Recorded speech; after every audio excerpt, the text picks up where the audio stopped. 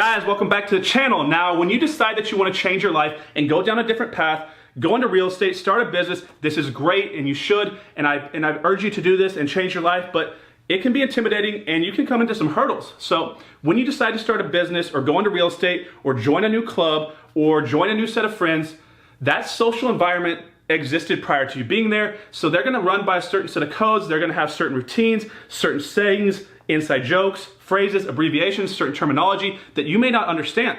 And so if you don't understand these things, say if you go to an REI club and they're saying some of these terms on the board behind me and you don't understand them, you're not gonna feel like you're on the inside, you're gonna feel like you're on the outside. It can make you feel intimidated, make you feel uncomfortable, and you may shut down, which makes you not wanna reach out and spread your wings and start talking to people, but you have to because this is a networking business, especially if you don't have money to start your business. You have to grow it word of mouth and get out into the public, get out to the expos, get out to the BNI meetings, get out to the REI clubs, and basically share what you do and start growing your business word of mouth. And I'm gonna go through on the board behind me some of these different terms that are very common in our business that you're gonna hear so that you can be familiar with them when people start talking about it when you go to your next REI club meeting, because a lot of people have been asking me about some of these, so I figured I'd knock them all out in one video. So the first one, guys, is PITI. As you go from being a wholesaler to a rehabber and moving into keeping rental properties, this is gonna be very common for what you hear. PITI stands for principal, interest, taxes, and insurance. When you go get a bank loan on a house, it breaks up into two different payments. You're gonna have your principal amount and your interest amount. The principal amount is the money that's going to actually paying down the loan on the property. So this is where you're gonna gain equity over time, where the interest amount is what's going into the bank's pocket.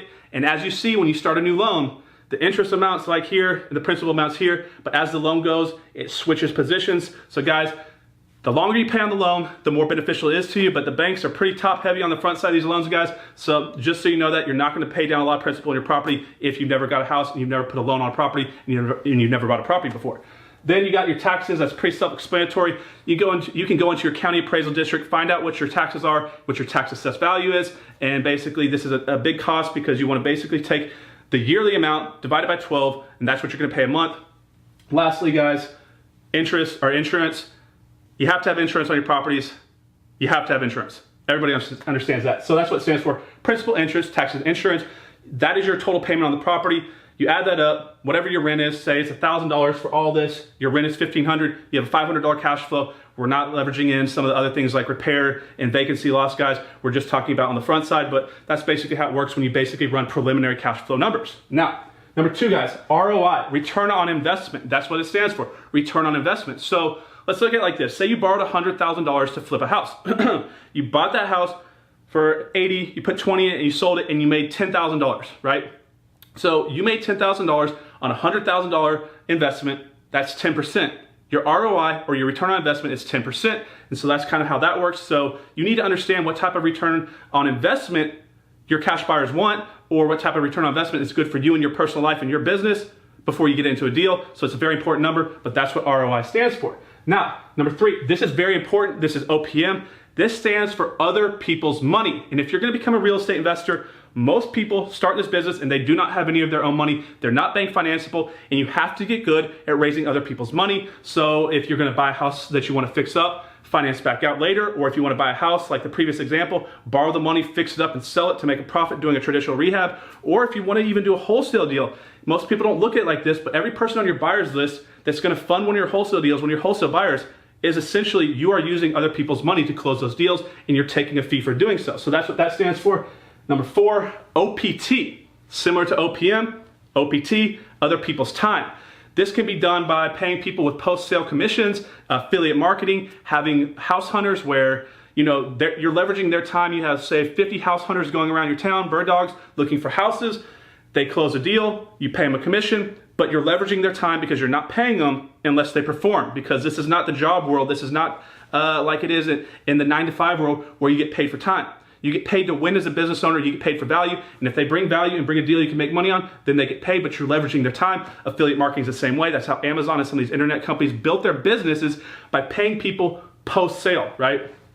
CPL, so this is one that's very, very important in your business, guys. As you start to grow, this is what's gonna help you do so, because that stands for cost per lead. So you need to be tracking your marketing. If you are not tracking the dollars spent, you're basically flying blind. You have to know where your dollars are going. If you're doing 5 different types of marketing strategies, you need to split test them against each other. Figure out what's your best cost per lead. So if you're spending, $1,000 per lead on mailers, $1,000 per lead on signs, and $500 per lead on, internet ads, which one are you going to put all your money towards in the future if you only have $5,000 to basically invest in your business? You're going to put it on the best one, right? So you need to track your cost per lead coming into your business. This is very important for you to scale going forward. So you have to know how much you're spending on each deal, and you also should understand how much you're paying to get each house that you basically monetize, right? So the last one, guys, I want to go over is people ask me about this. Connor, what's CPC? Because they start to get into SEO, and people know that my website's ranked pretty high here, and so a lot of people ask me about SEO very commonly. And CPC stands for cost per click, right? So if you're doing pay-per-click ads, or you're doing paid Facebook ads, or paid YouTube ads, paid LinkedIn ads, guys, right now internet marketing is hot. Now Google pay-per-click ads are expensive, but other types of websites and companies out there that track data. I mean, you can right now buy CPC ads, pay-per-click ads on dating sites, literally dating sites.